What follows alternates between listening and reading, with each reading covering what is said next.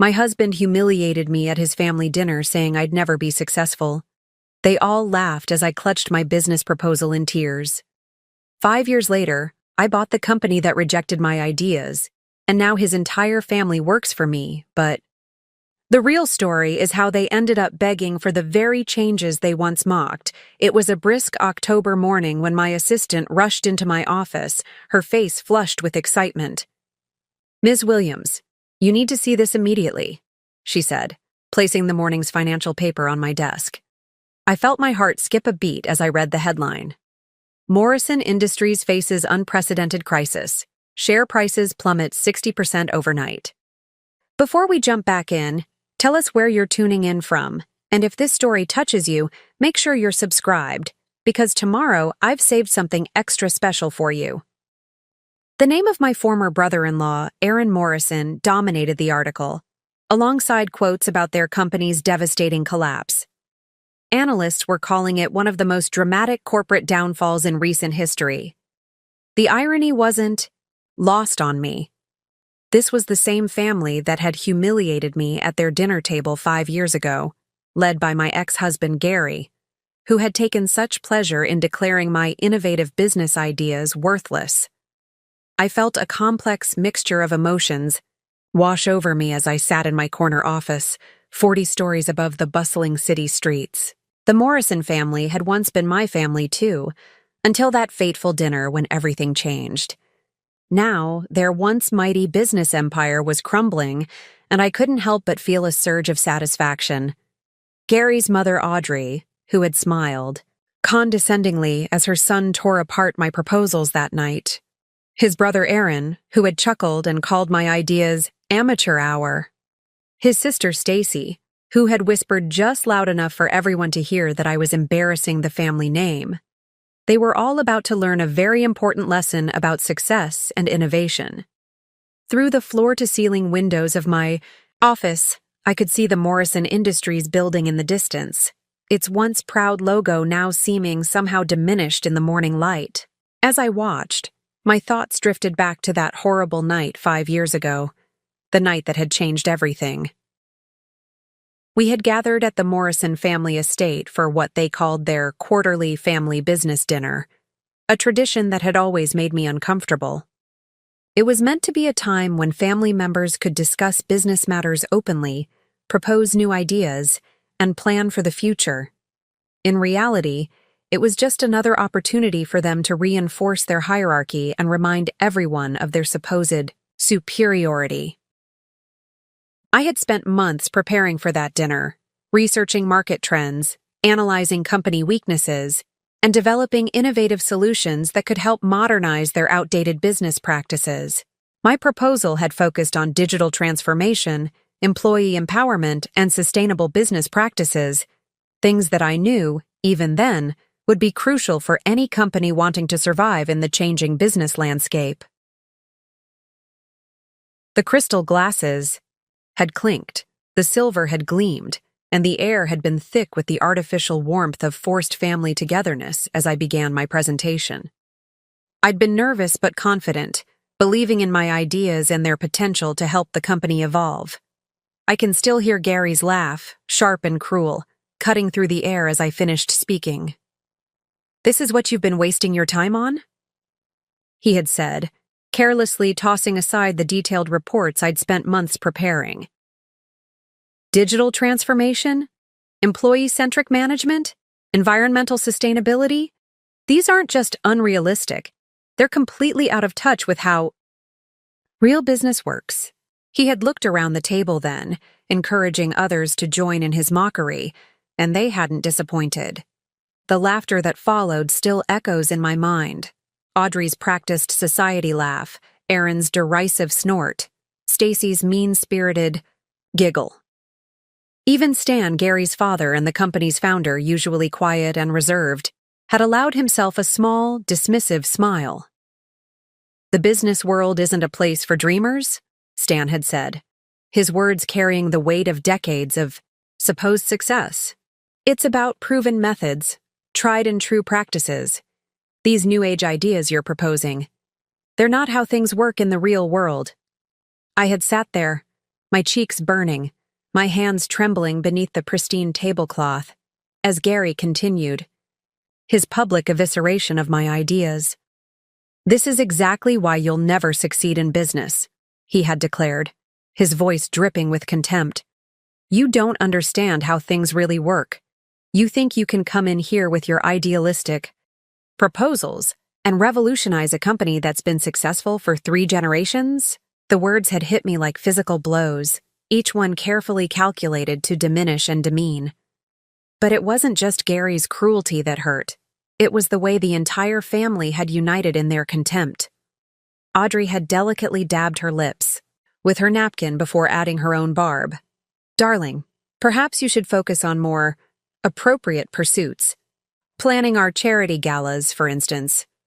You do have such a knack for flower arrangements." The suggestion had been met with knowing chuckles around the table. Stacy had seized the moment to twist the knife further. "Really, it's almost cute. How you thought you could understand our business. Some people are born for this world and others, well, others should know their place." I remember staring down at my trembling hands, at the diamond ring Gary had placed on my finger 2 years earlier. A ring that now felt more like a shackle than a symbol of love. The detailed market research I'd compiled, the innovative solutions I'd developed, the careful analysis of their company's weaknesses, all of it dismissed without real consideration. Aaron had been particularly cruel in his dismissal. "Let me explain something to you," he had said, swirling his expensive wine with an air of superiority. "Morrison Industries didn't become a market leader by chasing every trendy new business concept. We succeeded because we understand that business is about power, about strength, about maintaining control. These soft ideas about employee satisfaction and environmental responsibility, that's not business, that's fantasy." Even now, 5 years later, sitting in my corner office, I could still feel the sting of their words. But that pain had long since transformed into something else: determination, strength, and an unwavering conviction that I had been right all along. As I held the morning's newspaper, reading about Morrison Industries' collapse, I couldn't help but note how every single problem they were facing could have been prevented if they'd listened to my proposals that night. Their tried-and-true methods had left them vulnerable to digital disruption. Their hierarchical management style had resulted in massive employee turnover. Their resistance to sustainable practices had cost them valuable contracts with environmentally conscious clients. My intercom buzzed, interrupting my thoughts. "Ms. Williams," my assistant's voice came through. "The Morrison family representatives are here for the meeting." I took a deep breath, straightening my designer suit, so different from the demure dress I had worn to that dinner 5 years ago. "Send them in," I replied, my voice steady and confident. I knew what was coming. They were here to discuss a potential buyout, a last-ditch effort to save their company from complete collapse.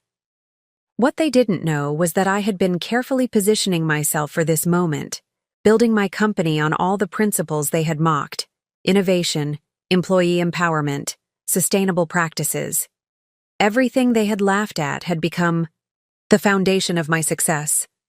The sweet irony of the situation wasn't lost on me.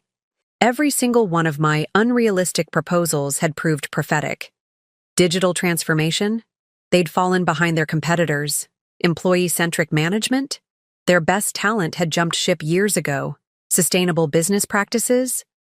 They'd lost millions in contracts to more environmentally conscious competitors. Now, here they were, about to walk into my office, not knowing that the woman they had once mocked would be the one deciding their fate. The woman they had tried to silence would now have the final word on their family's legacy. I stood up, walking to the window one last time before they entered. The morning sun cast long shadows across the city skyline, and somewhere in the distance, I could hear the faint sound of construction, the sound of old things being torn down to make way for the new. How fitting, I thought, straightening my shoulders and turning to face the door. The transformation was about to begin. The door opened, Preparing and narrating this story took us a lot of time, so if you are enjoying it, subscribe to our channel. It means a lot to us. Now back to the story. But it wasn't the entire Morrison family as I had expected. It was just Audrey who entered first, her designer, suit looking slightly dated, her usual confident stride reduced to an uncertain shuffle. Behind her came Stan, Gary's father, looking older and more tired than I remembered. The absence of Gary and the others was conspicuous. "Thank you for meeting with us," Audrey began, her voice lacking its usual authoritative tone. How different from the woman who had sat at that dinner table 5 years ago, smugly watching her son tear apart my dreams. "I assume you've seen the morning's news."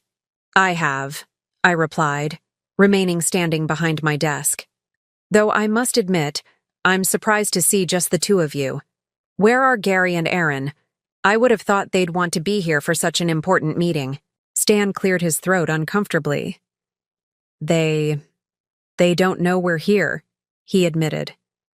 "After what happened at the board meeting yesterday, they're not thinking clearly. We thought it would be better to explore our options quietly." The mention of the board meeting piqued my interest. I had heard rumors of a spectacular meltdown, of Gary throwing papers across the room when confronted with the extent of their financial crisis. How the mighty had fallen. Options? I kept my voice neutral, professional. "And what options would those be?" Audrey shifted in her seat, her perfectly manicured hands clasping and unclasping in her lap. "We've heard rumors that your company might be interested in acquiring certain assets of Morrison Industries." I allowed myself a small smile. "Rumors? Or have you finally read the market analysis I presented 5 years ago?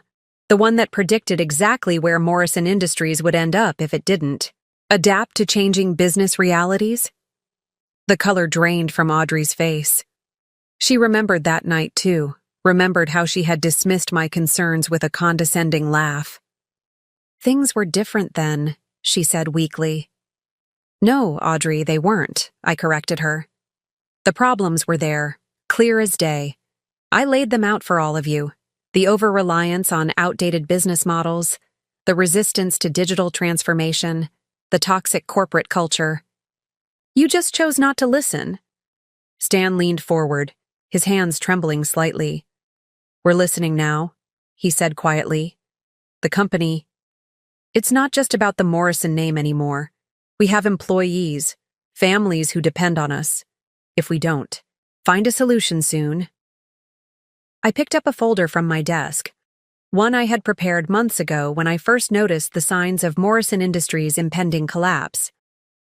"You want to know what my company's interested in? Here's my preliminary proposal, as..." They reached for the folder. I held it back for a moment. "But before we go any further, I want to be clear about something. If we do this, it won't be a merger of equals. It won't be a partnership. It will be a complete takeover, with full restructuring rights." "But the Morrison name," Audrey began. "The Morrison name is part of the problem," I cut her off. "Your family's reputation for refusing to adapt, for valuing tradition over innovation, for treating employees like disposable resources. It's toxic in today's business world." I opened the folder and laid out several documents. "These are reports from your top 10 clients over the past 5 years. Notice a pattern? They're all complaining about the same things I warned you about that night. Outdated processes. Resistance to change. Poor employee retention leading to inconsistent service." Stan picked up one of the reports, his hands shaking slightly as he read. I could see the moment the reality hit him. Every criticism, every lost contract, every failed project could have been prevented if they'd just listened to me years ago. "We were wrong," he said finally, looking up at me. "About you, about the business, about everything. But please, help us save what we can." I walked to the window, looking out at the city skyline where the Morrison Industries building stood as a monument to outdated thinking. "I'm not interested in saving what was," I said finally. "I'm interested in building what could be. The question is, Are you ready to accept that everything you mocked me for was actually the solution you needed? The silence that followed was heavy with unspoken realizations. These two people, who had once been part of the chorus of laughter that drove me from their dinner table, were now sitting in my office, hoping I would save them from their own stubborn resistance to change. "What about Gary?" I asked finally. "And Aaron? Do you really think they'll accept my leadership after everything that's happened?"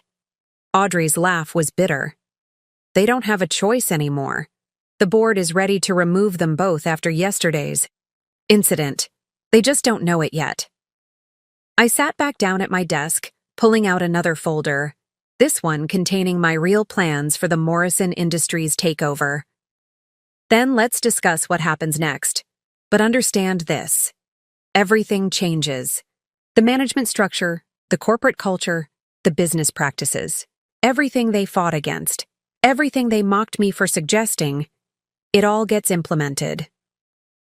As I began outlining my plans for transforming their company, I could see the dawning realization in their eyes. This wasn't just about a financial takeover. It was about completely dismantling the old Morrison way of doing business. The very changes they had laughed at 5 years ago were now their only hope for survival. The irony was almost poetic. I spent the rest of that morning outlining my vision for the transformed company. Every now and then, I'd catch Audrey flinching as I detailed another change that would dismantle their old way of doing business. Stan remained quiet, occasionally nodding as if finally understanding how far behind the times they had fallen. "The first thing to go will be the hierarchical management structure," I explained, pulling up a presentation on my office's wall screen. "No more decisions made in private family dinners.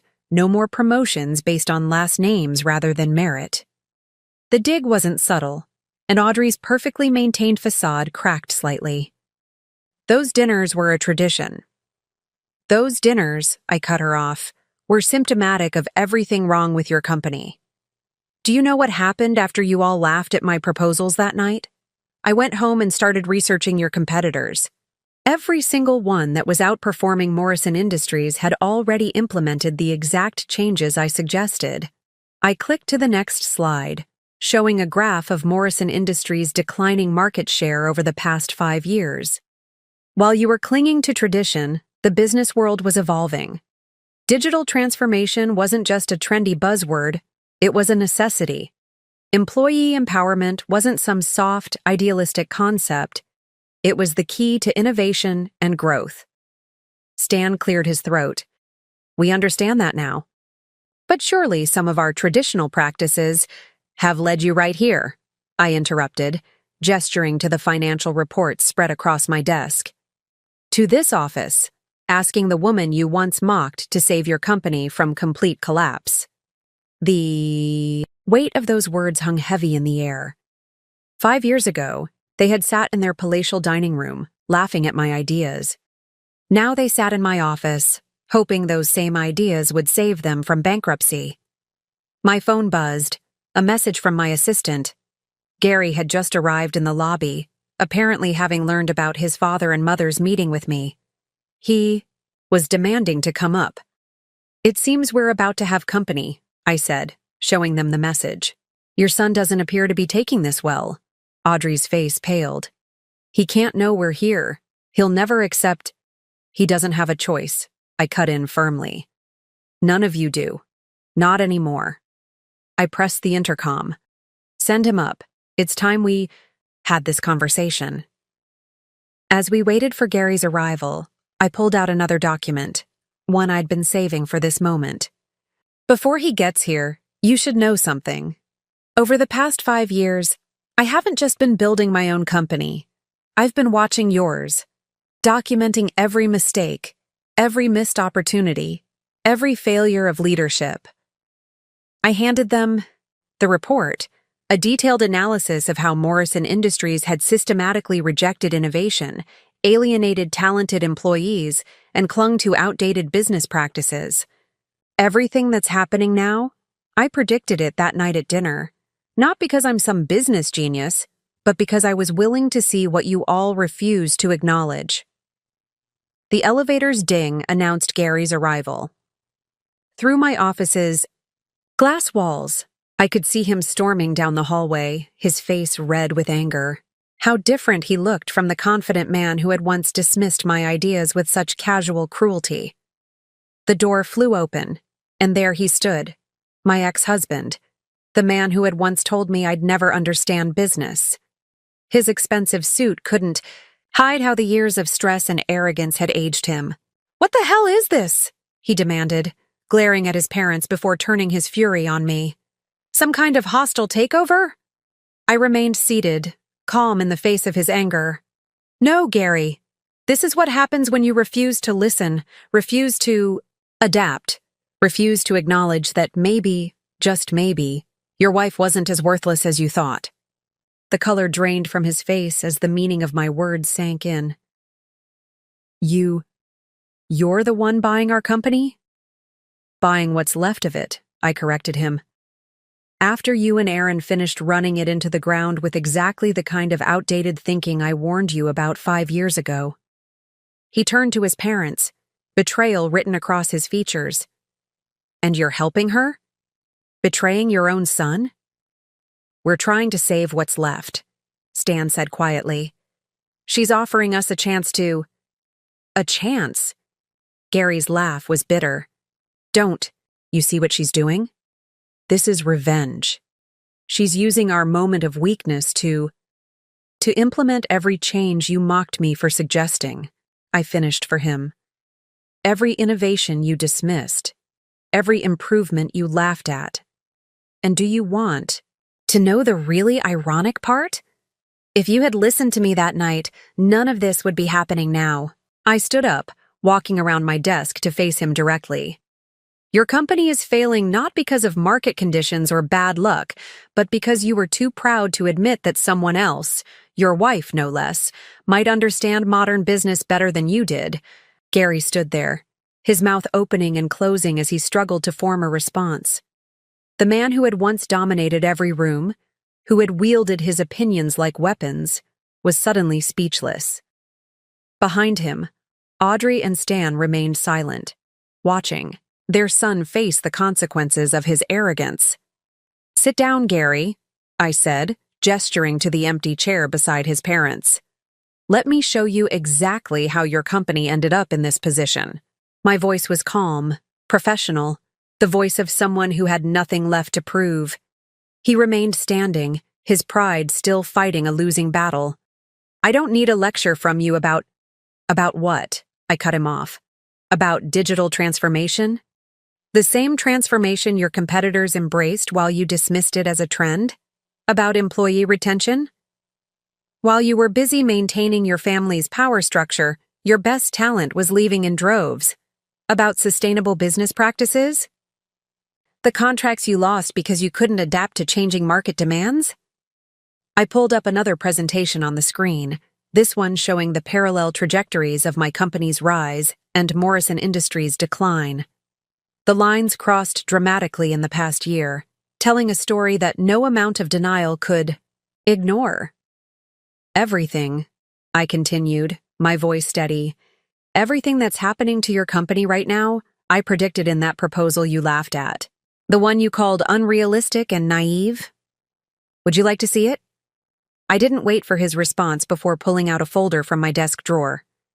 Inside was my original proposal from that dinner 5 years ago, now annotated with dates and data showing how each of my predictions had come true. "Page 3, I said, laying it out on the desk. "I warned about the rise of digital-first competitors. Page 7, the importance of employee retention in maintaining client relationships. Page 12, the growing demand for sustainable business practices among major clients." Gary finally sank into the chair, his face ashen as he looked at the document. "You kept this? All this time?" "Of course I did," I replied. "Just like I kept every analysis I did of your company's decline, every news article about your failed projects, every report about your declining market share. I kept them because I knew this day would come." Audrey leaned forward, her voice barely above a whisper. You knew we would fail? I knew you would need to change or fail, I corrected her. You chose failure by refusing to change. And now here we are. I walked to my office window, looking out at the city skyline where both our company buildings stood. Mine rising, theirs falling. Do you want to know what I did differently? After that dinner, after you all finished laughing at my ideas, I went out and built everything you said couldn't work. I turned back to face them. Employee profit sharing? My company has? Sustainable business practices? We're industry leaders? Digital transformation? We wrote the book on it. Everything you mocked as unrealistic has become the foundation of my success. Gary's hands clenched into fists on his lap. So this is your revenge? Taking over our company? No, Gary. This isn't about revenge. This is about fixing what you broke. About showing that there's a better way to do business than the Morrison way. I sat back down at my desk. The takeover is happening. The only question is whether you want to be part of the solution or continue being part of the problem. Stan stirred in his chair. What exactly are you proposing? I pulled out 3 folders, placing them on the desk. These are my offers, one for each of you. Different roles in the new organization, but with one common requirement. You have to earn your positions. No more automatic authority because of your last name. The silence that followed was heavy with unspoken realizations. These people, who had once sat in judgment of my ideas, were now being offered a chance to learn from them. And if we refuse? Gary asked, his voice tight with suppressed anger. Then you'll be watching from the sidelines as I transform your family's legacy into everything you said was impossible. I met his gaze steadily. The choice is yours, but choose carefully. Your company's survival depends on it. I could see the battle playing out on their faces, pride warring with pragmatism, tradition fighting against the undeniable need for change. The Morrison way of doing business was dying, and I was offering them a chance to be part of its evolution. The board meets tomorrow, Stan said finally. They'll want to know our plan for moving forward. Then I suggest you take these folders home and read them carefully, I replied. Because tomorrow, one way or another, everything changes. That evening, after the Morrisons had left with their respective folders, I sat alone in my office reviewing every step that had led to this moment. The sun was setting over the city, casting long shadows across my desk, where the copy of my original proposal still lay open. Each page was a reminder of how far I'd come from that humiliating dinner. My phone buzzed. A message from Fiona, my mentor and the woman who had helped me rebuild myself after that night. Heard the Morrisons paid you a visit. How did our plan play out? I smiled, remembering how I'd met Fiona. She had been one of Morrison Industries' most talented executives before Gary and Aaron had pushed her out, threatened by her innovative ideas and growing influence. Like me, she had been another casualty of the Morrison way of doing business. They looked exactly like we expected, I typed back. Desperate, defeated, but still clinging to their pride. You should have seen Gary's face when he realized I was the one buying them out. My mind drifted back to the day I had first found Fiona, 6 months after that devastating dinner. She had been working as a consultant, helping other companies implement the very changes the Morrisons had rejected. In her, I found not just a mentor, but a partner in transformation. Remember what you told me that first day? I messaged her. About turning wounds into wisdom? And look at you now, she replied.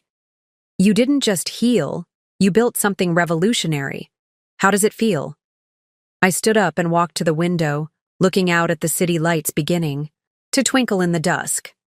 The Morrison Industries building was still lit up, probably filled with anxious employees wondering about their future. They had no idea that the changes coming would actually benefit them. Profit sharing, career development, real opportunities for advancement based on merit rather than connections.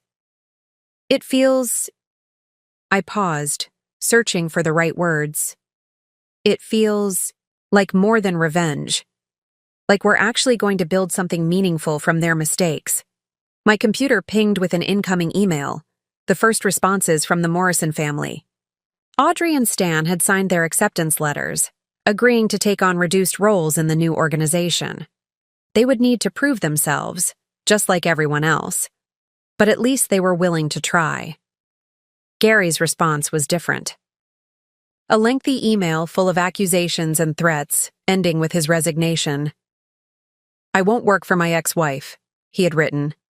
"Some things are more important than business." I forwarded his email to Fiona. Her response came quickly. "He still doesn't get it, does he? This was never about him. It was about building something better than what they destroyed." She was right. In the 5 years since that dinner, I had focused on creating rather than destroying. While the Morrisons were clinging to their outdated methods, I had been innovating, experimenting, proving that success could be achieved through collaboration rather than competition. My assistant's voice came through the intercom. "Ms. Williams, the transition team is ready for your call. They've finished their preliminary assessment of Morrison Industries." "Thank you," I replied. "Put them through." "To the conference room. I'll be there in a minute." Before heading to the meeting, I took one last look at my original proposal. The pages were slightly yellowed now, the ink a bit faded, but the ideas were as relevant as ever. Employee empowerment, sustainable practices, digital innovation, everything the Morrisons had mocked was about to become their company's salvation. I gathered my materials and walked to the conference room, my heels clicking on the marble floors. Through the glass walls, I could see my team waiting, bright, dedicated, professionals who had been chosen for their talents, not their connections. Many of them were former Morrison Industries employees who had jumped ship when they realized their potential would never be recognized there. As I entered the room, I caught my reflection in the glass, confident, composed, successful. So different from the woman who had fled that dinner in tears. The Morrisons had tried to define my worth by their standards, never realizing that their standards were what needed to change. "Good evening, everyone," I said, taking my place at the head of the table. "Let's talk about how we're going to transform Morrison Industries into something that should have existed all along." The transition team meeting lasted well into the night. As we dissected every aspect of Morrison Industries, something became increasingly clear. The company's problems ran deeper than even I had anticipated. It wasn't just their outdated business practices or resistance to change, it was an entire culture built on fear and suppression of innovation. "Look at these employee surveys," Sarah, my head of HR, pointed out. She had been one of the first people I'd hired after starting my company, specifically because she understood the importance of nurturing talent. "The pattern is striking. Any time someone proposed changes or innovations, they were either ignored or actively discouraged." I nodded, remembering my own experience. They didn't just discourage innovation, they punished it. "Show me the turnover rates for the past 5 years." The numbers were staggering. Morrison Industries had lost over 60% of their top talent in the past 3 years alone. Many had come to work for my company, bringing with them not just their skills but their frustrated dreams of what their old workplace could have been. "There's something else you should see," Tom, my financial analyst, interjected. He pulled up a series of graphs on the screen. "These are the investment patterns under Gary and Aaron's leadership. Notice anything strange?" I leaned forward, studying the data. They were investing heavily in maintaining old systems while their competitors were modernizing. Classic Morrison stubbornness. "Exactly," Tom confirmed. "But here's the interesting part. They had the resources to modernize. They chose not to. It wasn't just about being conservative. It was about maintaining control." As we delved deeper into the company's operations, a clear picture emerged of how the Morrison family had systematically destroyed their own legacy. Every decision had been filtered through the lens of maintaining family control, even when it meant sacrificing growth and innovation. My phone buzzed. Another message from Fiona. Interesting development. Just heard from an old contact at Morrison Industries. Stacy's been calling emergency meetings with middle management, trying to build support against the takeover. I couldn't help but smile. Typical Morrison response, trying to maintain control even as everything crumbled around them. Let her try, I typed back. The board votes tomorrow and we both know how that's going to go. Turning back to my team, I saw the same determination in their eyes that I'd felt 5 years ago. These were people who understood my vision, who had helped me build something different from the ground up. Tomorrow, I announced, we begin the real work. The board will vote to approve the takeover, and then we start transforming Morrison Industries into everything it could have been. The meeting wrapped up around midnight.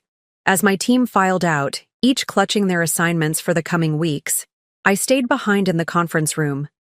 The city lights twinkled beyond the windows, and somewhere out there, the Morrison family was grappling with the end of their era. My thoughts were interrupted by a soft knock at the door. It was Lisa, one of my most valuable employees, and a former Morrison Industries junior executive who had been shut down when she proposed similar changes to the ones in my original proposal. "Ms. Williams?" she said hesitantly. "I just wanted to say, what you're doing, taking over Morrison Industries, implementing all these changes, it's what some of us dreamed about but never thought possible." I gestured for her to sit down. "Tell me about your time there, Lisa. What was it really like in the trenches?" For the next hour, Lisa shared stories that confirmed everything I had suspected about the toxic culture at Morrison Industries. Brilliant. Ideas dismissed because they came from the wrong people. Promotions based on family connections rather than merit. A pervasive fear of challenging the status quo. The worst part, she said, her voice thick with emotion, was watching good people give up. Seeing them accept that things would never change because the Morrison family wouldn't allow it. "Things are about to change," I assured her. "Everything. They fought against. Everything they mocked. It's all going to become reality." After Lisa left, I remained in the conference room, looking out at the city. Tomorrow would bring the board vote, but the real challenge would come after, transforming not just a company's practices, but its entire culture. My phone buzzed one. Final time for the night. A message from Stan. "The board is prepared to vote in favor of the takeover. Gary and Aaron are planning something, but they don't have the support they think they do. It's really happening, isn't it?" "Yes," I replied simply. "It's time for the Morrison legacy to become something more than what you imagined." The morning of the board vote dawned clear and bright. I arrived at my office early, knowing that this day would reshape not just Morrison Industries, but the entire business landscape of our city. As I reviewed my presentation for the board one last time, my assistant rushed in with urgent news. "Gary and Aaron have called a press conference," she said, handing me her tablet. "They're about to go live outside Morrison Industries." I turned on the wall-mounted screen just in time to see my ex-husband and his brother standing at a podium, their faces set in grim determination. The old Morrison arrogance was still there, but now it had a desperate edge to it. "We're here to address the rumors about a hostile takeover of Morrison Industries," Gary began, his voice carrying that familiar authoritative tone. "Let me be clear. This is nothing more than a vindictive attempt by my ex-wife to destroy a family legacy that spans 3 generations." I couldn't help but smile at the irony. Even now, facing the complete collapse of everything he had inherited, Gary still couldn't admit the real reason for his company's failure. "What my brother means," Aaron stepped in, "is that Morrison Industries is not for sale. We have strategies in place to address our current challenges. This attempted takeover is purely personal, driven by—" His voice trailed off as someone in the press corps interrupted. "But isn't it true that your company's market value has dropped by 60% under your leadership?" and that your ex-sister-in-law's company has implemented all the changes she proposed 5 years ago with remarkable success. The question came from a journalist I recognized, someone who had been following both companies' trajectories over the years. The look on Gary's face was priceless as more reporters began asking similar questions. Is it true that your board is meeting today to vote on the takeover? Can you address the mass exodus of talent from your company over the past 3 years? Why did Morrison Industries resist digital transformation while your competitors were modernizing? My phone buzzed, messages flooding in from board members who were watching the press conference. The general sentiment was clear. Gary and Aaron's desperate attempt to maintain control was backfiring spectacularly. Ms. Williams, my assistant, called from the doorway. Stacy Morrison is here. She's asking to speak with you before the board meeting. This was unexpected. Last I'd heard, Stacy had been trying to rally support against the takeover. I nodded. Send her in. Stacy entered my office looking nothing like the polished, confident woman who had once mocked my business ideas at that family dinner. Her designer outfit seemed somehow ill-fitting now, as if she had shrunk inside it. I watched what you did with your company, she said without preamble. Everything you proposed that night, the changes we laughed at, you proved they could work. You proved we were wrong. I gestured for her to sit down. This isn't about proving anyone wrong anymore, Stacy. It's about fixing what's broken. That's why I'm here, she replied, pulling out a folder. These are documents Gary doesn't know I have. Evidence of exactly how he and Aaron systematically ignored warnings about the company's declining position. Reports from department heads about losing key clients. Everything that proves they chose their pride over the company's survival. I studied her carefully. Why are you showing me this? Because I finally understand what you tried to tell us that night, she said, her voice trembling slightly.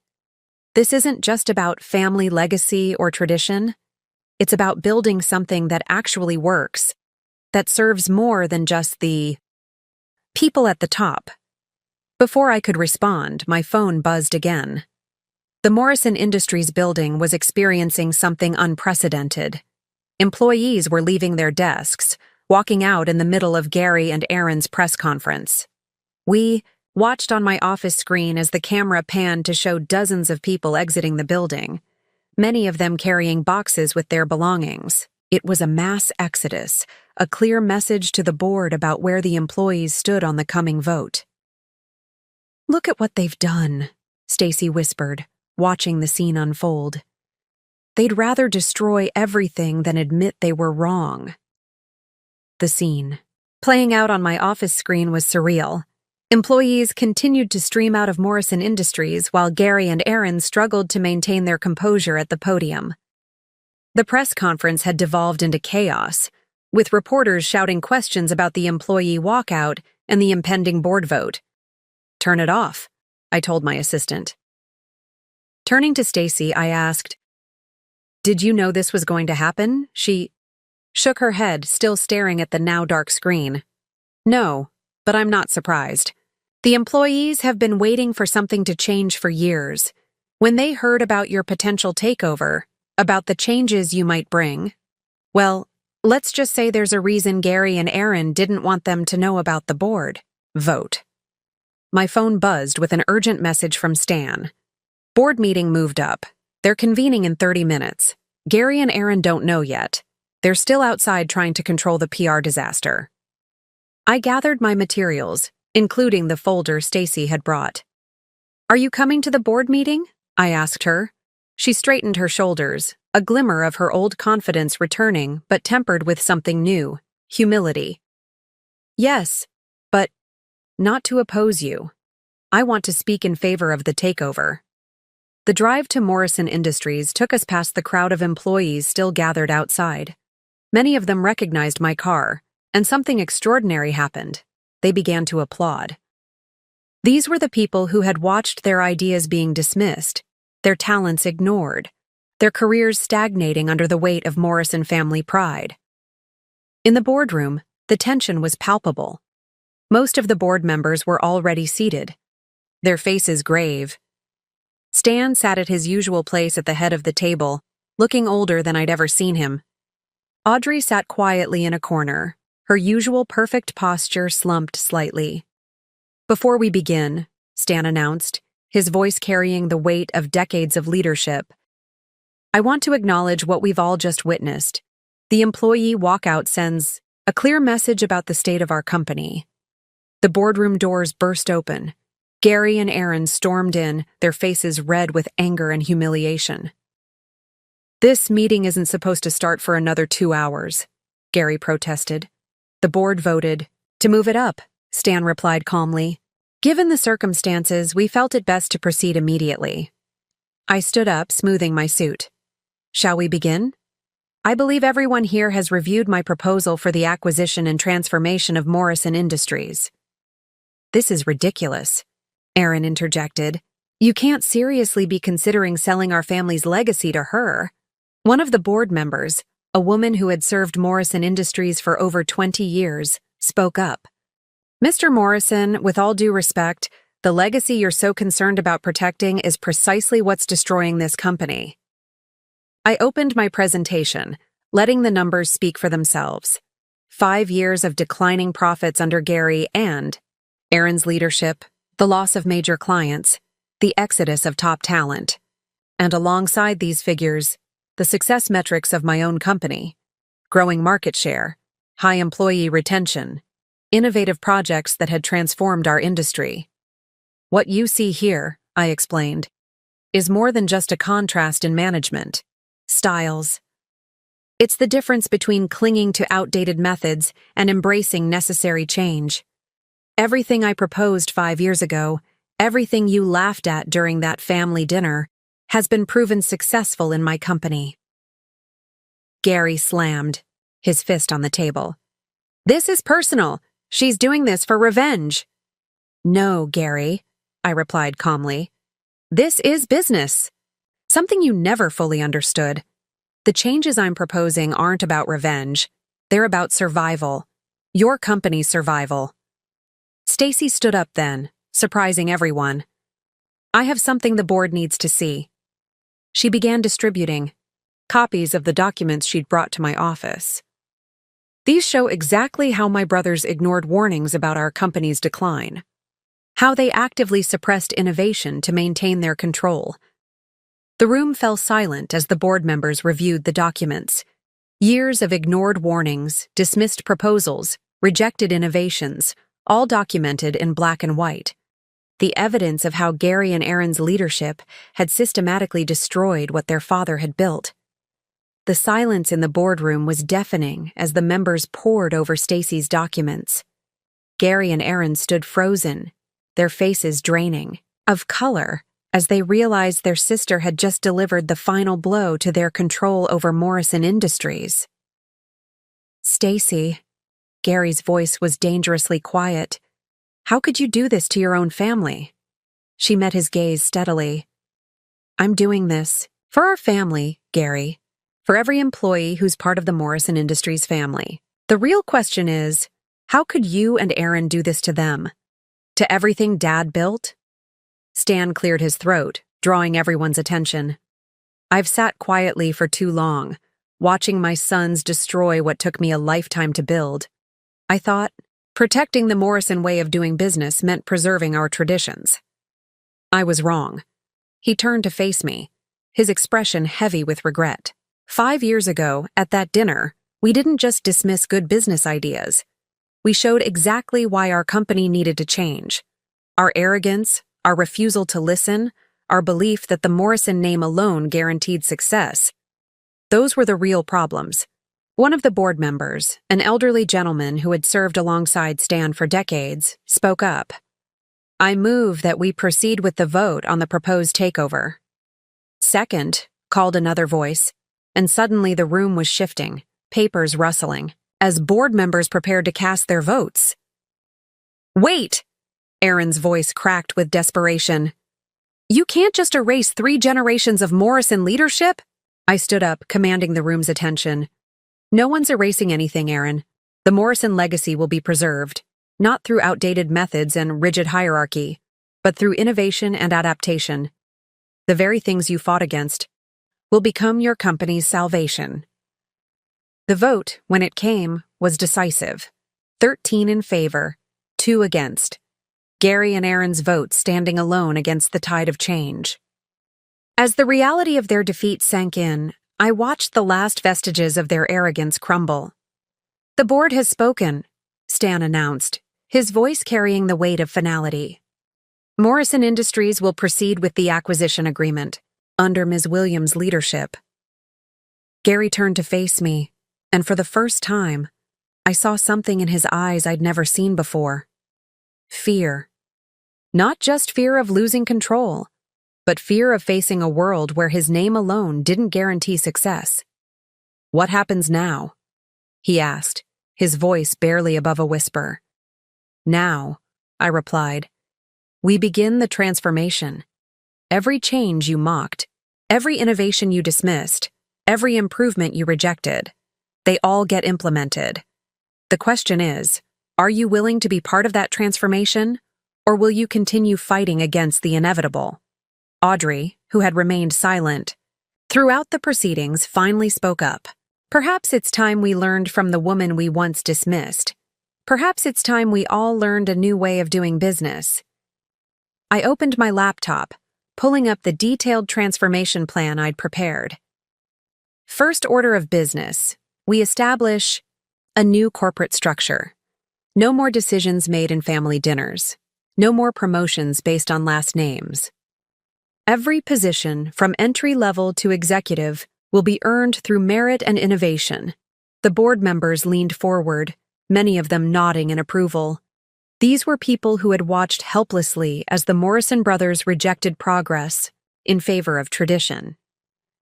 Now they were seeing a path forward, a way to preserve what was valuable while embracing necessary change. Second, I continued, we implement the digital transformation strategy that was proposed 5 years ago. Every department will be modernized, every process updated. We'll invest in our employees, in their ideas, in their growth. As I outlined the changes to come, I could see the impact rippling through the room. Some faces showed relief, others, excitement, and a few, particularly Gary and Aaron, showed the painful recognition of opportunities squandered. Stacy raised her hand, her voice steady despite the emotion visible on her face. "I'd like to be part of this transformation. Not as a Morrison, but as someone who needs to earn her place in the new organization." The next few weeks passed in a whirlwind of activity. The official announcement of the takeover sent shockwaves through the business community. Headlines ranged from Morrison Empire Falls to ex-wife's innovation vision to corporate culture revolution, how one woman's rejected ideas became industry standard. I had moved my office temporarily to the Morrison Industries building to oversee the transformation personally. It was strange sitting in what had once been Gary's office, now stripped of its heavy traditional furniture and transformed into a modern, open workspace.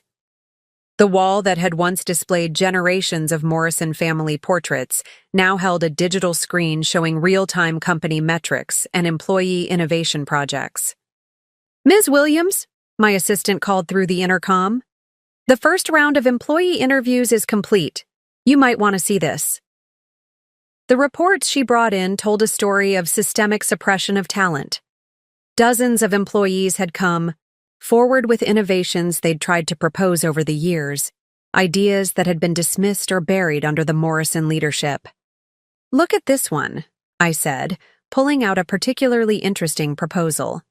Sarah Chen from accounting proposed a digital transformation plan 2 years ago that's almost identical to what we're implementing now. The only difference is she was ignored, while I had the resources to prove it could work. My phone buzzed. A message from Fiona. "Just finished my first week assessing the middle management. You won't believe what these people have been sitting on. Years of innovative ideas, just waiting for someone to listen." I smiled, remembering my own experience of being dismissed. "Schedule a meeting with all department heads. I told my assistant. It's time to unlock all that suppressed potential. A knock at my door interrupted my thoughts. It was Stan, looking more relaxed than I'd seen him in years. The burden of maintaining the Morrison way seemed to have lifted from his shoulders. I've been visiting different departments, he said, settling into a chair. Watching how you're changing things, it's not what I expected. What did you expect? I asked, curious about his perspective. I thought you'd destroy everything we built. Instead, you're building something better on the foundation. You're doing what I should have done years ago. Before I could respond, another knock came. This time it was Stacy, clutching a folder and looking nervous, a far cry from her former confident demeanor. I've finished the analysis you asked for, she said, placing the folder on my desk. In the weeks since the takeover, she had thrown herself into learning the business properly, starting from the ground up just like any other employee. And, I prompted, you were right, about everything. The outdated systems alone were costing us millions annually. The hierarchical structure was stifling innovation. The resistance to change was killing us slowly. She paused, then added quietly, I don't know how we didn't see it. You saw what you wanted to see, I replied. The Morrison way was comfortable, familiar. Change is hard, especially when you believe your way is the only way. My computer pinged with an incoming video call. The quarterly results from my original company. I connected it to the large screen, and soon the room was filled with positive metrics. Growing market share, successful project launches, high employee satisfaction scores. This, I said, gesturing to the screen, is what we're going to build, here. Not by erasing the Morrison legacy, but by evolving it into something better. Stan studied the numbers carefully. Gary and Aaron should see this, he said finally. They're still struggling with everything that's happened. They'll see it when they're ready, I replied. Change comes harder to some than others. Just then, my assistant rushed in again. Ms. Williams, you need to see this. The employee suggestion portal we launched last week? We've received over 300 submissions already. I opened the portal on my screen, scrolling through proposal after proposal. Ideas for process improvements, customer service innovations, sustainability initiatives, all the things that had been suppressed. Under the old regime were finally finding their voice. The employee suggestions proved to be a goldmine of innovation. As I reviewed them with my transition team, patterns began to emerge, clear indicators of where the Morrison leadership had failed to adapt. But more importantly, they showed the path forward.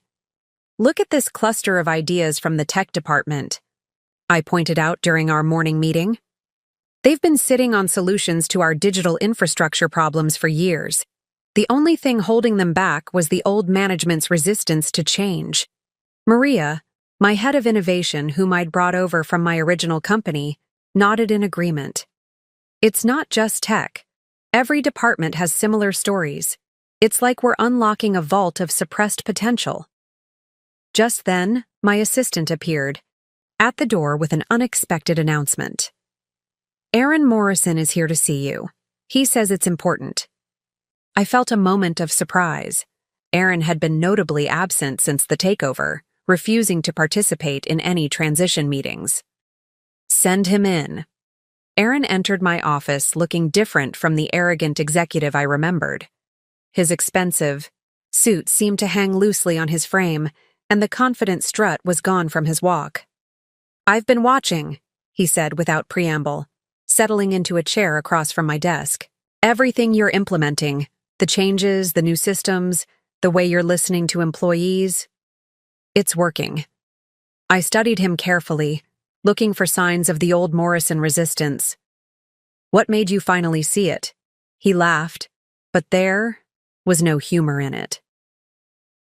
I visited our biggest former client yesterday, the one we lost 6 months ago.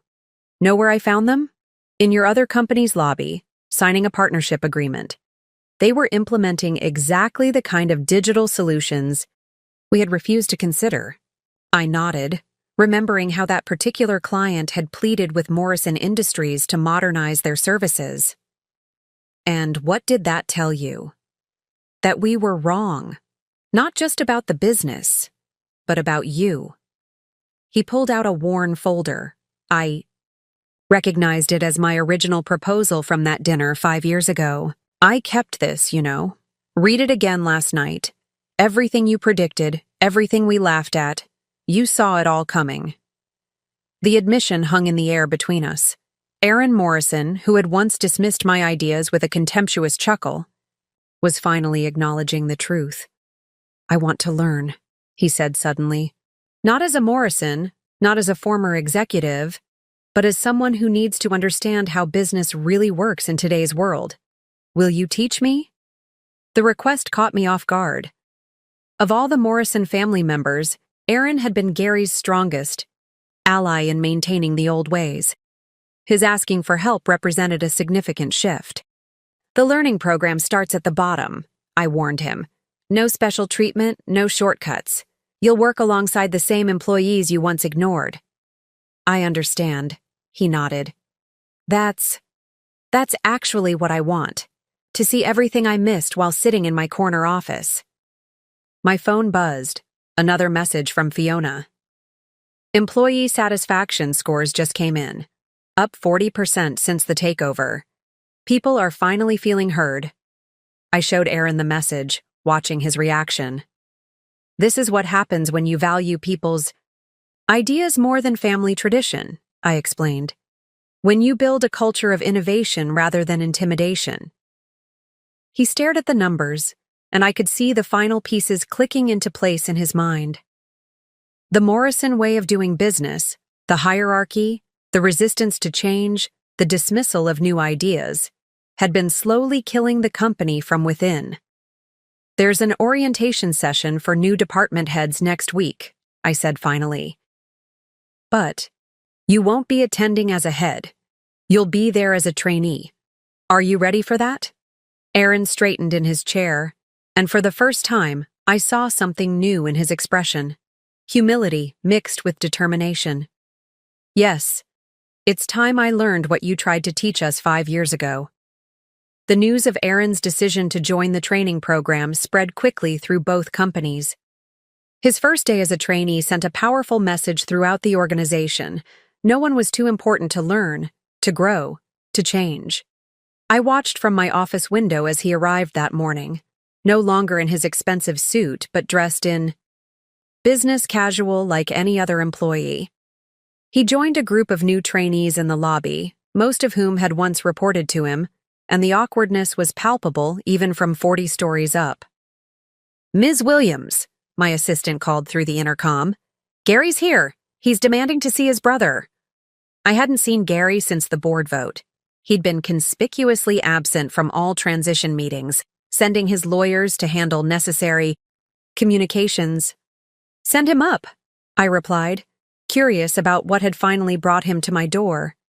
Gary burst into my office moments later, his face flushed with anger. What kind of game are you playing? He demanded. Turning my own brother into some entry-level trainee? Aaron made that choice himself, I replied calmly, gesturing to the chair across from my desk. He saw what you still refuse to see, that the old way of doing things is over. The old way built this company. Gary's voice rose, the familiar Morrison arrogance surfacing. 3 generations of success, and you're dismantling it all because of some personal vendetta. I pulled up the company's latest performance metrics on my screen, turning it so he could see. Look at these numbers, Gary. Really look at them. Employee satisfaction up 40%. Innovation submissions increased by 300%. Client retention stabilizing. For the first time in 3 years. Numbers can be manipulated, he scoffed, but I caught the flicker of uncertainty in his eyes. Then how about this? I opened my desk drawer and pulled out a stack of letters. These are from your former employees, people who left because their ideas were ignored, their potential stifled. They're asking to come back now that things are changing. Gary picked up one of the letters, his hands trembling slightly as he read. I recognized the name at the bottom, Thomas Chen, one of their most brilliant software developers who had quit after Gary dismissed his digital transformation proposal. You remember Thomas, don't you? I asked. He tried to tell you 3 years ago that the company needed to modernize its systems. You told him to stick to coding and leave strategy to the Morrisons. He works for my other company now, leading our most successful digital innovation team. The weight of missed opportunities seemed to settle on Gary's shoulders. And Aaron? He's really starting over? As a trainee? He's learning what you could learn too, if you were willing to put aside your pride, I said softly. This isn't about erasing the Morrison legacy, Gary. It's about evolving it into something better. My phone buzzed. A message from Aaron, sent from his orientation session. I get it now.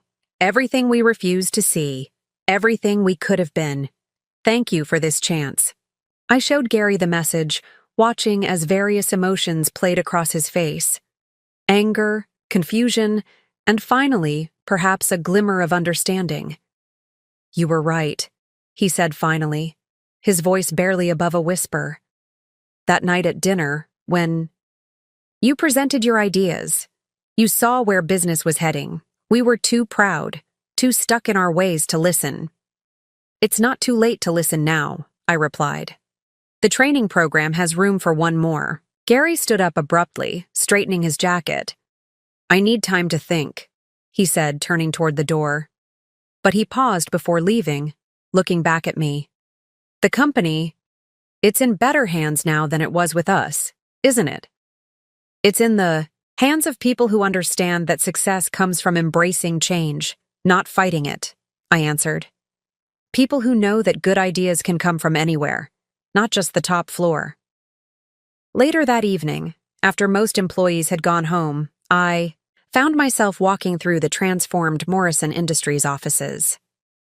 The changes weren't just cosmetic. You could feel it in the energy of the place, in the way spaces had been redesigned to encourage collaboration rather than enforce hierarchy. The old executive floor, once a fortress of closed doors and private offices, had been converted into an open innovation hub, where portraits of Morrison patriarchs once hung. Digital screens now displayed ongoing projects and employee achievements. The massive mahogany conference table where I'd once presented my naive ideas had been replaced with modular furniture that could be rearranged for different types of meetings. My phone buzzed. A message from Stacy. You need to see this. Employee break room now. Curious, I took the elevator down to the main floor. As I approached the break room, I heard something unexpected. Laughter. Not the forced, polite kind that used to echo through Morrison family dinners, but genuine, uninhibited joy. I found Stacy standing in the doorway, watching a scene that would have been unthinkable a few weeks ago. Aaron, still in his trainee clothes, was sitting with a group of employees, listening intently as a young software developer explained her ideas for improving their customer service platform. Remember when we used to call these complaint sessions? Stacy whispered to me. When employees gathering together was seen as a threat to management? I nodded, remembering how the old Morrison leadership had discouraged any unofficial meetings, viewing them as potential breeding grounds for dissent. Look at him, Stacy continued, gesturing toward Aaron. He's actually taking notes. Aaron Morrison, taking notes from a junior employee. Dad would have had a heart attack. Just then, my assistant appeared with urgent news. The quarterly projections are in, she said, handing me her tablet. And there's something else. Gary sent an email to all employees. I quickly scanned the projections first. They were even better than expected. The company's transformation was already showing results, with key metrics improving across all departments. But it was Gary's email that really caught my attention. To all Morrison Industries employees, it began. For 3 generations, the Morrison name has stood for tradition, stability, and unwavering commitment to doing things our way. Today, I am writing to acknowledge that our way was wrong. The email continued. detailing how pride and fear of change had blinded the Morrison leadership to evolving business realities. It was surprisingly honest, surprisingly humble, everything the old Gary wasn't. Most importantly, the email concluded, "I want to apologize to every employee whose ideas we dismissed, whose potential we stifled, whose innovation we feared. You deserved better leadership. Now, under Ms. Williams's guidance, you finally have it." "He actually sent this to everyone?" Stacy asked, reading over my shoulder. "Gary Morrison, admitting he was wrong?" Before I could respond, Aaron joined us, having noticed our presence. "I just saw the email," he said. "I talked to him last night after my first day of training. He's different. We all are." I studied Aaron's face, seeing the truth of his words. The arrogant executive who had once sneered at employee suggestions was gone, replaced by someone who understood the value of learning from others. "There's something else you should see," my assistant said, pulling up another report. "Remember those innovation submissions we've been collecting? The development team did an analysis. Over 60% of them are ideas that were previously rejected under Morrison leadership. Ideas that could have prevented the company's decline if they'd been implemented when first proposed. The revelation about the rejected innovations hit hard. Looking through them, I could trace the exact points where Morrison Industries had chosen pride over progress, tradition over transformation. Each rejected idea represented not just a missed opportunity, but a moment when employee potential had been stifled. "Look at this one," I said to Stacy and Aaron, pulling up a particularly striking example. 3 years ago, Lisa Chen from marketing proposed a complete digital customer engagement strategy, the same strategy that my company used to capture Morrison's biggest clients. Aaron's face paled as he recognized the proposal. "I remember this. Gary and we didn't just reject it, we mocked it in the executive meeting, said it was typical millennial thinking that would cheapen the Morrison brand. And now," I prompted, pulling up current market data. "Now digital engagement is everything," he admitted, running a hand through his hair. "Every client we lost cited our outdated communication methods as a major reason for leaving." My phone buzzed with an unexpected notification. Gary had just signed up for the training program. The timestamp showed he'd done it right after sending his company-wide email. Stacy gasped when I showed them. "Both Morrison brothers starting over as trainees? The business papers will have a field day with this." "This isn't about headlines," I replied. "It's about learning what you should have known all along, that good leadership means listening to every voice, not just the ones with the right last name." Just then, Fiona appeared in the doorway. "Sorry to interrupt, but you all need to see this." She led us to the main floor where something remarkable was happening.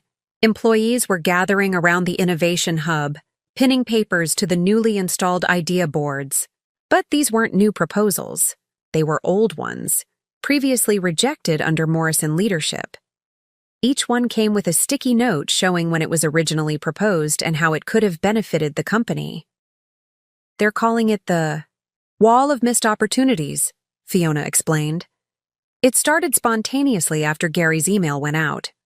I walked along the wall, reading proposal after proposal. Digital transformation strategies, employee engagement initiatives, sustainability, programs. Everything I had once proposed at that fateful dinner echoed in dozens of employee voices that had also been silenced. "This is overwhelming," Aaron murmured, reading alongside me. "All these ideas, all this potential, just waiting to be recognized." "Not anymore," I said firmly. "From now on, every idea gets fair consideration. Every voice gets heard. That's how we'll rebuild Morrison Industries." My assistant appeared with more news. "The first employee town hall is ready to start. Everyone's gathered in the main conference room. This would be my first address to the entire company since the takeover." As we headed to the conference room, I could feel the weight of the moment, This wasn't just about announcing changes. It was about healing wounds, restoring trust, and building something new from the ashes of the old Morrison way. The conference room was packed, with employees spilling into the hallway. The energy was different from any Morrison Industries meeting I'd ever attended. There was anticipation rather than fear, hope rather than resignation. As I took my place at the podium, I saw Aaron and Stacy slip quietly into the back row, no longer assuming their place at the front as Morrison family members. Gary was there too, I realized with surprise, standing unobtrusively among the employees he had once ruled over. Looking out at their faces, the developers whose innovations had been dismissed, the managers whose insights had been ignored, the support staff whose potential had been overlooked, I knew exactly what needed to be said. 5 years ago, I began, my voice steady and clear. I sat at a Morrison family dinner and presented ideas for transforming this company. Ideas about digital innovation, employee empowerment, and sustainable business practices. Those ideas were met with laughter and dismissal. Today, I stand before you not to say, "I told you so," but to say, "Let's build something better together." The room was completely silent, hundreds of eyes fixed on me. Among them, I could see the veterans who had weathered years of Morrison management, alongside newer employees who had never known anything but frustration with the old system. Every person in this room has ideas worth hearing, I continued. Every one of you has insights that could help shape the future of this company. The days of top-down management and closed-door decisions are over.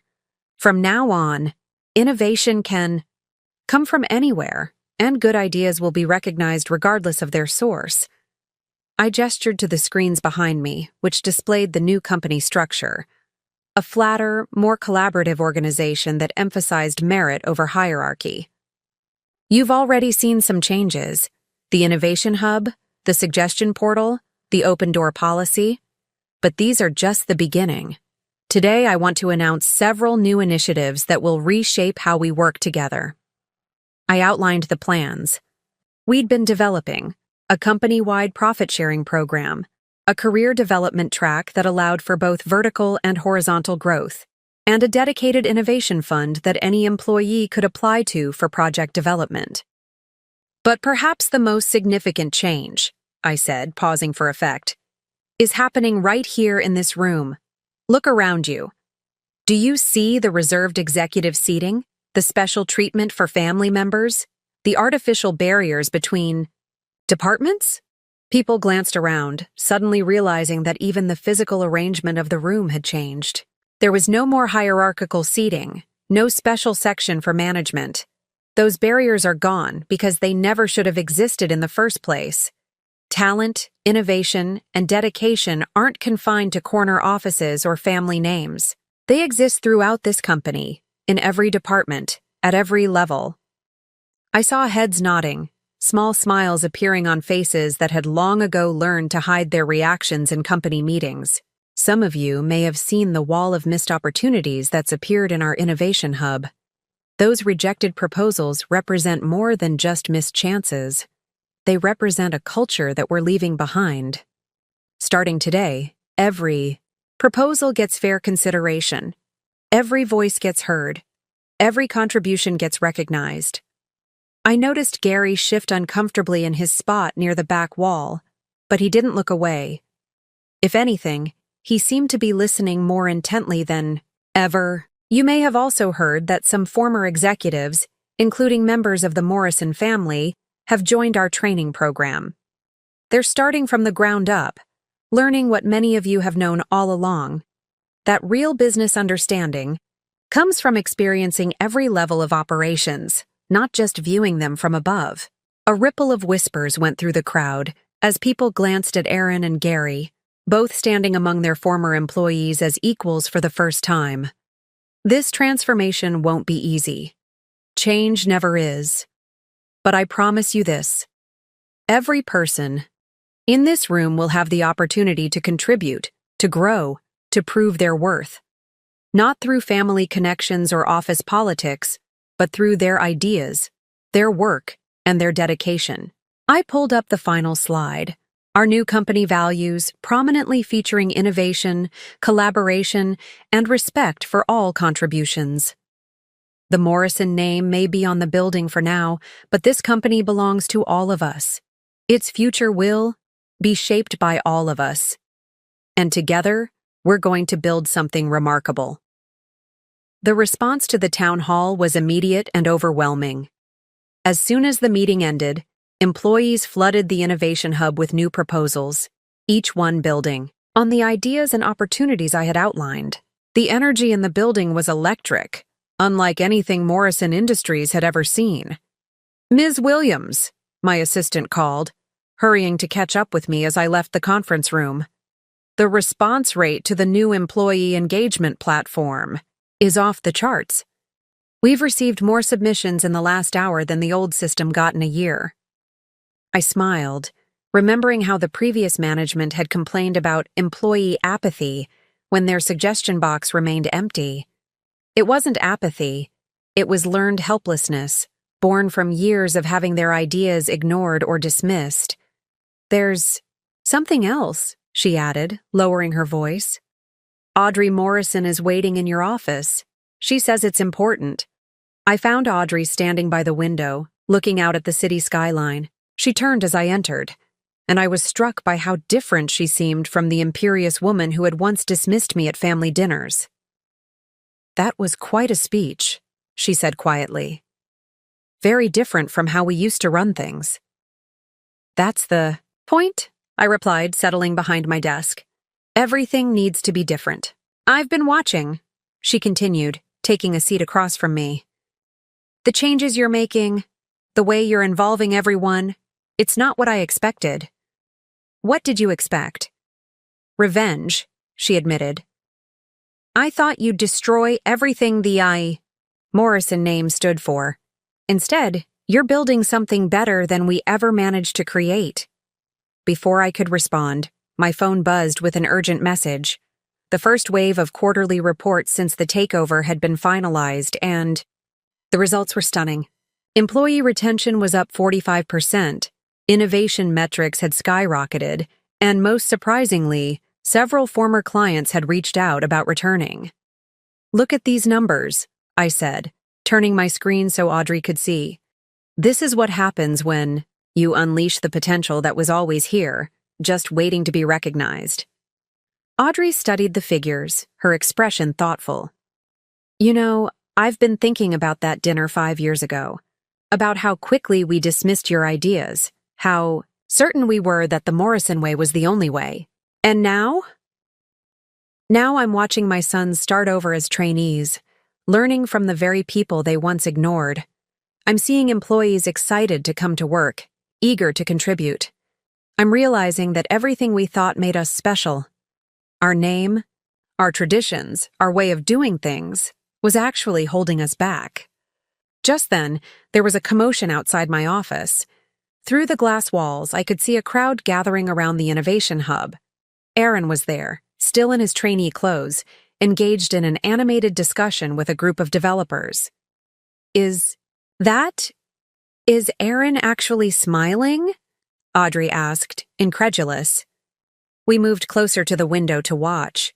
Aaron was pointing at something on one of the developers' tablets, his face lit up with genuine enthusiasm. The developers, for their part, showed no sign of the fearful deference they would have displayed just weeks ago. "He's learning," I explained.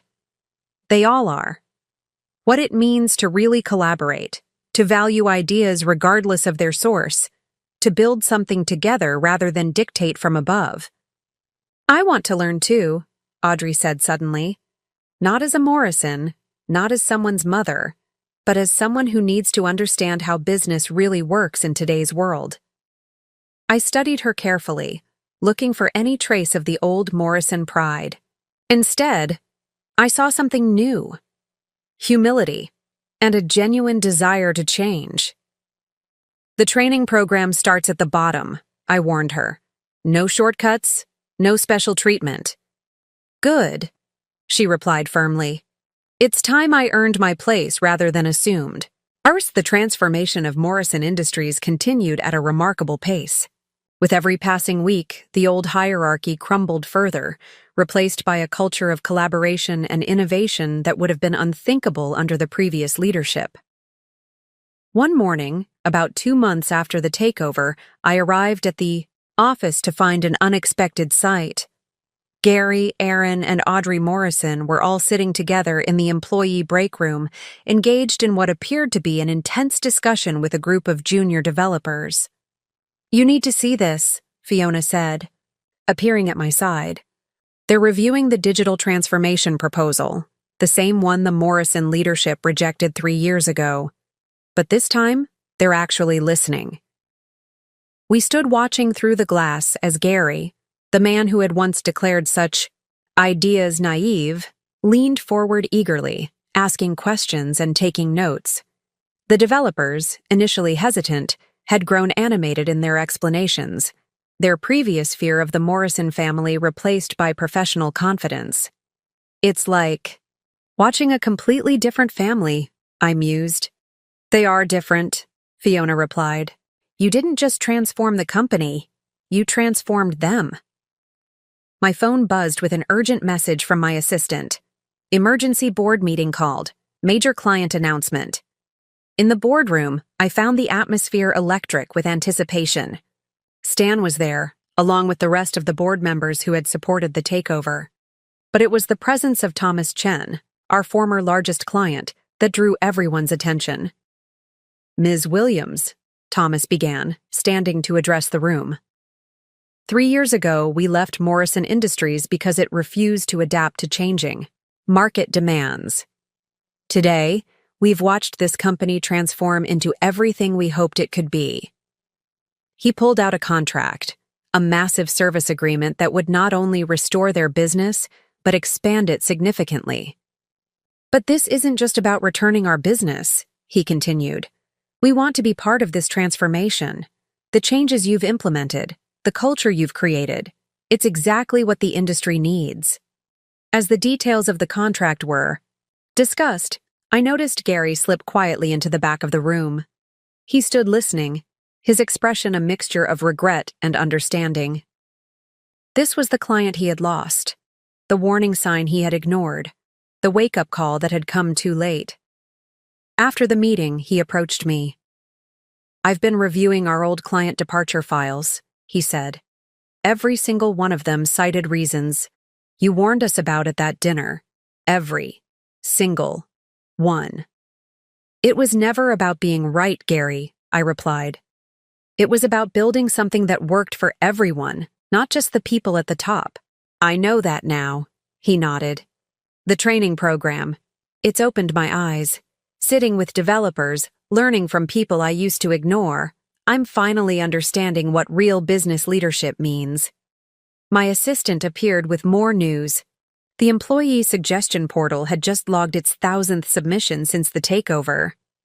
Ideas were flowing freely now, unrestricted by the fear and hierarchy that had once suppressed them. "Come see this," I told Gary, leading him to the Innovation Hub. The space was buzzing with activity, filled with people from all levels of the company working together on new projects. "Remember how we used to run things?" I asked. "How every decision had to go through family approval? How ideas died in middle management because no one dared challenge the Morrison way?" He nodded, watching as Aaron, his own brother, sat collaboratively with a team of junior analysts, his trainee badge still pinned to his shirt. "Now look at what happens when you let people's talent shine," I continued. "When you value ideas over titles, innovation over tradition." Later that day, I called a special meeting of the transition team. The success of Thomas Chen's return had sparked an important realization. It was time to make the transformation official in every way. "We need to discuss rebranding," I announced to the assembled group, which now included both longtime employees and former Morrison executives. "The Morrison name on the building is a reminder of the old way of doing things. It's time for a change." The room fell silent.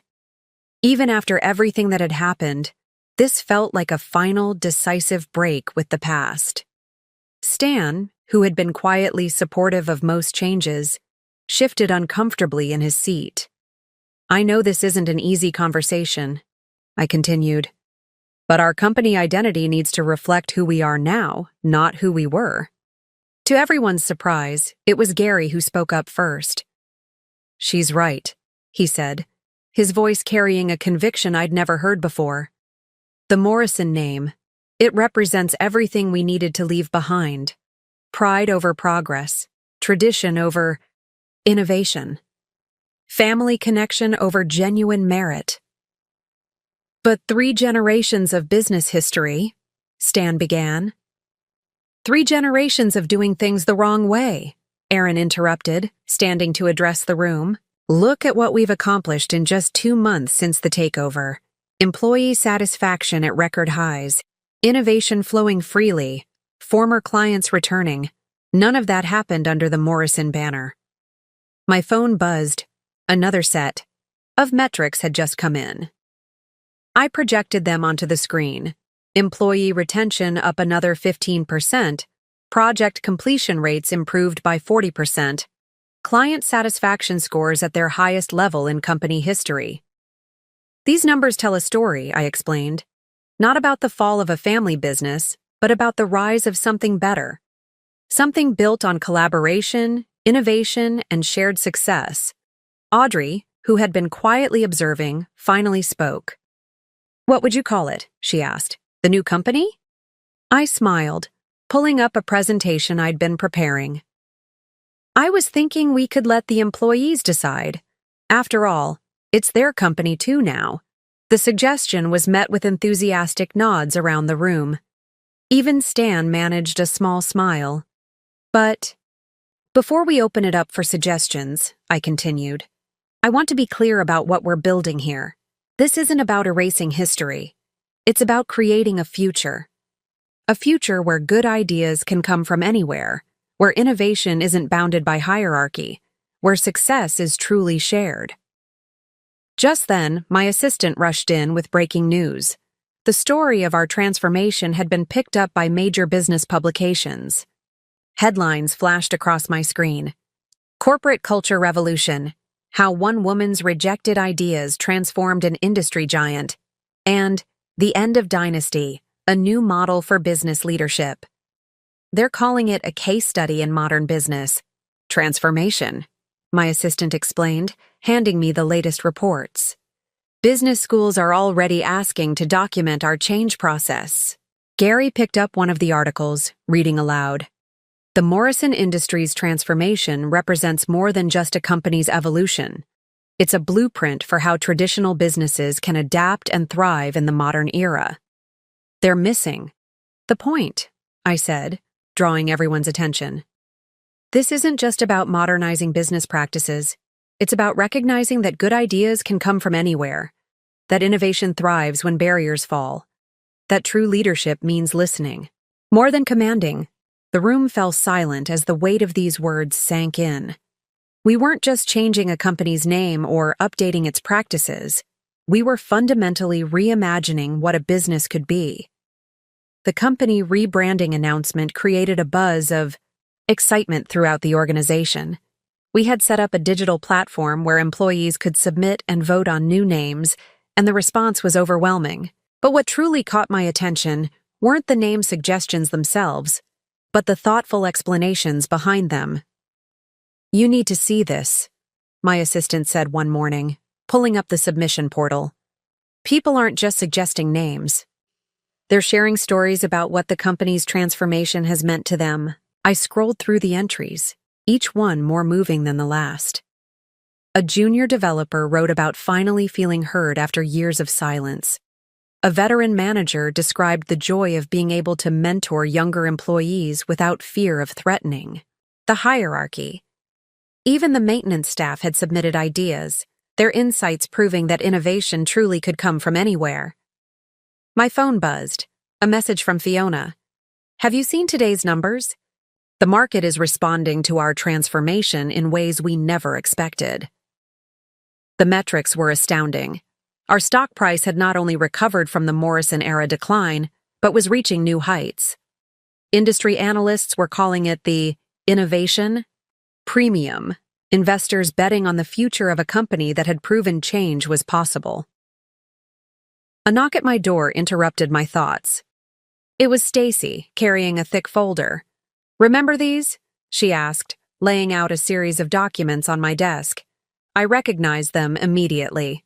Copies of my original proposal from that fateful dinner 5 years ago. "I had the team do an analysis," she continued. "Every single innovation you proposed that night has now been implemented, and every single one has exceeded performance expectations." Before I could respond, another knock came. This time it was Aaron, looking energized despite the early hour. "The junior developers just cracked something amazing," he said excitedly. "That digital transformation challenge we've been wrestling with? They found a solution that's so elegant, so simple. I can't believe we didn't see it before." "You mean you can't believe you didn't listen before?" I corrected gently. "These ideas were always there. The only thing that changed is that now they have a voice." My assistant appeared in the doorway. "Ms. Williams, the final rebranding proposals are ready for review. And there's something else.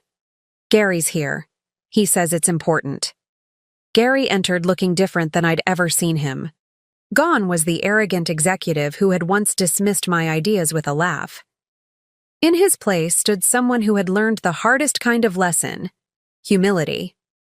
"I've been thinking about that dinner," he said without preamble. "Not just about how wrong we were, but about what it represented. We weren't just dismissing your ideas. We were clinging to a way of doing business that was already dead." He pulled out his own copy of my original proposal, the pages worn from repeated reading. "Every problem you identified, every solution you proposed, every change you suggested, it was all there. We were too proud to see it. And now?" I prompted. "Now I understand what real business leadership means. It's not about maintaining control or protecting tradition. It's about creating an environment where everyone can contribute, where innovation isn't just allowed, but encouraged." The irony of hearing my own words from 5 years ago echoed back by Gary wasn't lost on me. But this wasn't about vindication anymore. It was about transformation, not just of a company, but of people. 1 year to the day after the takeover, I stood in the lobby of our headquarters, watching as workers carefully removed the last traces of the Morrison name from the building. The new company name, chosen democratically by our employees, would be unveiled at today's anniversary celebration. "Ready for the big reveal?" Fiona asked, joining me by the window. "The media's already gathering outside." I nodded, thinking about how far we'd come. The company had not just survived its transformation, it had thrived beyond anyone's expectations. Our market value had tripled, employee retention was at record highs, and we'd become known as an industry leader in innovation and workplace culture. "Ms. Williams," my assistant called, "everyone's assembled in the main hall." The space that had once hosted stuffy Morrison family gatherings had been transformed into a modern conference center. Today, it was packed with employees from every level of the company, all buzzing with anticipation. I took my place at the podium, looking out at the faces before me. Gary, Aaron, and Stacy sat not in their old reserved section, but among their teams. Gary with the strategy group he now contributed to, Aaron with his fellow developers, and Stacy with the marketing team she'd earned her way onto. 1 year ago, I began, we started a journey together, not just to save a company, but to reimagine what a company could be. Today, we celebrate not just our success, but the proof that change is possible when we dare to challenge the old ways of doing things. I gestured to the screens behind me where photos began to play. Images from the past year showing the company's transformation. Employees collaborating in the Innovation Hub. Former executives learning from junior staff. Teams celebrating shared successes. But perhaps the most powerful change isn't visible in our metrics or market value. It's in the way we work together, the way we value every voice, the way we've proven that good ideas can come from anywhere. I saw heads nodding throughout the room, knowing smiles exchanged between colleagues who had experienced this transformation firsthand. Today, as we unveil our new name, we're not just rebranding a company. We're celebrating a new way of doing business, one built on collaboration, innovation, and respect for every contribution. The screens changed, revealing the new company name, Horizon Innovations. Simple, forward-looking, chosen by overwhelming employee consensus. This name represents not just who we are, but who we're becoming, I continued. Every day brings new possibilities, new ideas, new chances to prove that success comes not from clinging to tradition, but from embracing change. As applause filled the room, I caught Gary's eye in the crowd. He nodded slightly, a gesture of acknowledgement, not just of my success, but of how wrong he had been that night at dinner 5 years ago. After the ceremony, as employees celebrated throughout the building, I returned to my office. On my desk lay a frame. Inside was my original proposal from that dinner, preserved as a reminder of where this journey began. My phone buzzed one last time. A message from Fiona. "Look out your window." I did, and there it was. Our new company, name being unveiled on the building's facade, gleaming in the sunlight. Below it, smaller but equally significant, were the words that had become our guiding principle. Where every voice matters, every idea counts. The woman they had once called worthless had not only proven her worth, but had shown an entire company how to recognize the worth in others. That dinner 5 years ago hadn't just changed my life, it had sparked a transformation that would influence business culture for generations to come. And that was worth more than any revenge could ever be. Up next, you've got 2 more standout stories right on your screen. If this one hit the mark, you won't want to pass these up. Just click and check them out. And don't forget to subscribe and turn on the notification bell so you don't miss any upload from us.